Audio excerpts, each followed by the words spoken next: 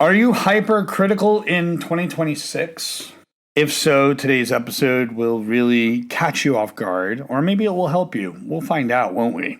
We are going to talk about the hypercritical and unrelenting standards mental recipe.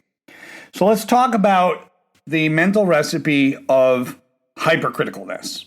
Every mental recipe has a set of rules, just like a real recipe has a set of rules that you have to follow.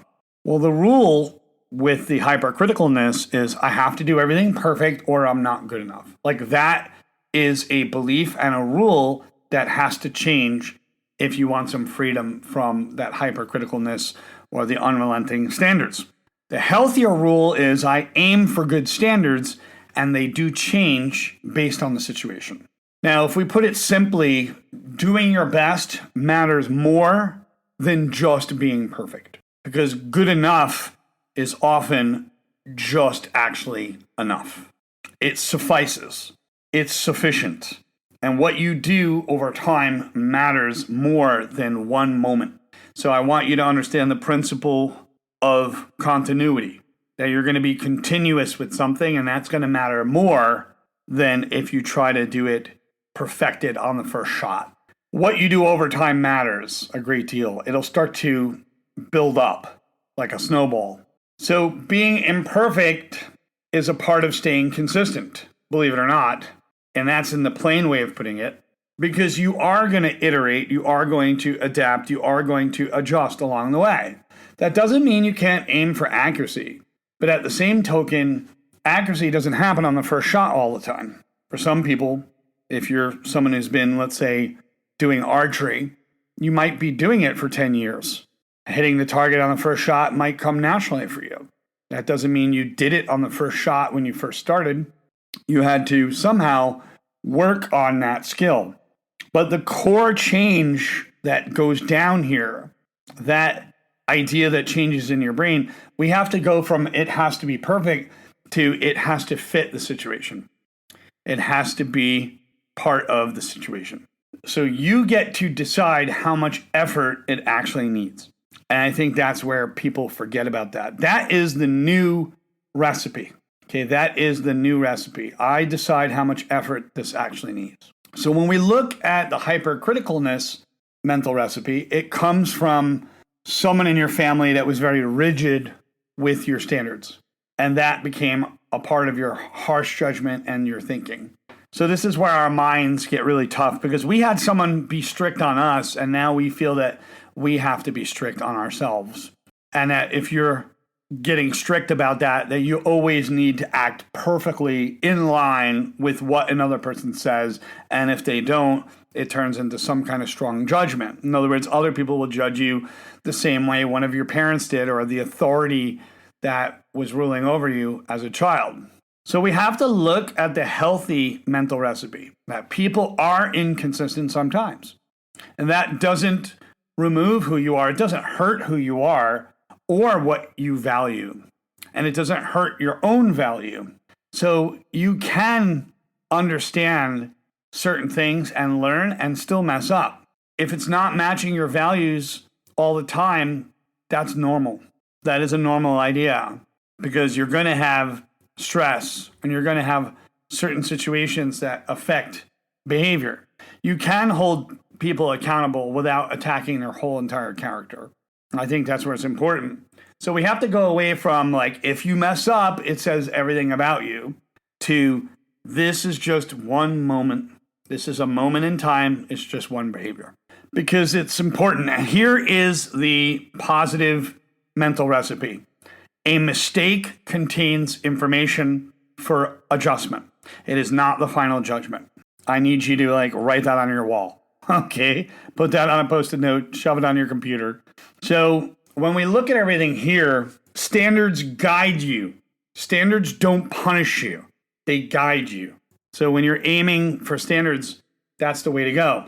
So if you're going to go inside of an industry, let's say you're going to the film industry or the medical industry, those industries have standards. So the way you succeed is you look and you dial into that standard that is used across the board for everyone. That's it. And you learn to be compassionate with yourself. Give yourself some room. Standards are just tools. It's not really there to be forceful with yourself. It's not a system designed to just put pain and punishment on you. And that's the thing. Maybe when you were younger, you had an authority that punished you every time you made a mistake. Mistakes provide you with the feedback and the information for adjustment so you can continue forward. But it's not something that should be slapped onto your identity like a big sticker. You can adjust. You can pivot. You can change over time.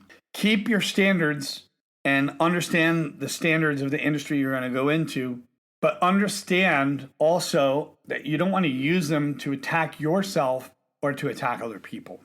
That's where it gets really rough. So when you make errors, they do provide you with information, and sometimes valuable information. And it's the action that you take with the proper info that will move you forward. That is what's crucial. So people use that old rule in their head, that rule, and they don't even notice it. And that rule, that harsh rule that we first discussed, it makes it feel like it's either acceptable or it's not. It becomes this or that kind of thing. And that's where the opposite, the counter recipe comes in. And it helps you understand how your brain is really running the show. Because when we look at the standards, the unrelenting standards, nothing ever feels finished. Nothing ever feels good enough. Even the strong effort gets written off. Like you might say, you know what? It just wasn't good enough. It needs to be better than that. So you keep pushing and pushing and correcting and pushing and overworking, and you're exhausting yourself emotionally. And you stick to that original rule. But it's not about getting rid of your ambition or your motivation. It's not about that. It's about looking at how your standards are actually functioning in the first place. So we have to look at it in a healthy way.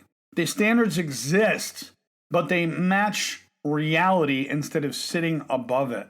That's the thing. People use it as a bar that's above where they could meet. So your effort is going to be looked at through the context of things, not from the imagined perfectionistic outcome that you have in your head. So when you do finish something, you finish a task of some sort, it's allowed to be finished, and it could always be improved, of course. But at what point is done, and what does done actually look like? You should decide that in your head, according to standards. So the good news is when it comes to standards and you're learning, you have to be able to build your standards. If I'm going to be an archer, I don't look at the perfectionistic nature of an archer. I look at the process of archery and where I can improve it. And I'm paying attention not to hitting the target, I'm paying attention to the process of archery. That's the difference. You want to be effective, and you don't want to go away from your own discipline. Instead of saying words like, is this perfect? Have your mind say, is this appropriate for what we're dealing with right now? Does this meet the standards of the industry? If so, can I make an adjustment to it that would reach that standard? And what do I have to learn to reach that standard? That's where it gets interesting. So people get very rigid with their emotions about the right, wrong, this, that, this binary thinking, black and white thinking. And that's where it gets hard. So the brain builds all kinds of expectations. That's what happens. If you believe that you always have to do something in absolute perfection, then when you don't, suddenly everything you've done, even if you did fantastic, got totally dismissed and thrown away. So that same concept goes inside of you. If you fail to act according to the standards, according to your values, you don't look at it as just a mistake, but you will look at it as proof that something inside of you is unreliable, or that you're flawed, or you disappointed your friend, or you disappointed other people. So you got this harsh mental outlook on yourself where one little problem, one little inconsistency suddenly just gets rid of everything good that you've done. So this is not about lowering your motivation, lowering your ambition, or lowering your accountability. That's not it at all. It's understanding the interpretation of your behavior. That's where it gets important.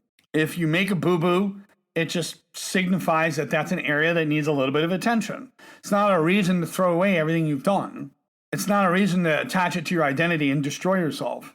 It's not to devalue you or devalue your intention. Accountability stays in place when you recognize what you need to work on, but you're not self-punishing. And you also recognize when other people are trying to punish you. And that's another thing. You can start to be realistic in not only the way you handle it, but the way other people handle it. Because you may go according to someone else's standards that are completely unrealistic. So your brain has to understand and separate what happened to what this means about who you are. You got to separate those two. That's what makes your growth possible without destroying yourself. So when it comes to this unrelenting standards and a hypercriticalness, it comes down to feeling enough. You know, if everyone acted the same and everyone was always consistent all the time, then nothing would ever feel uncertain. Think of it that way. If everything is perfect, then nothing could go wrong. That's your mind trying to do safety through control. That's what that's about. Nothing will ever get done by anybody, and nothing will ever be learned by anybody, because everything will always be under constant review and reflection all the time. That makes no sense, right? And that's the thing. If your rules are so strict, then what happens is life feels like less predictable, and the brain likes to predict things. So yeah, it's interesting, right?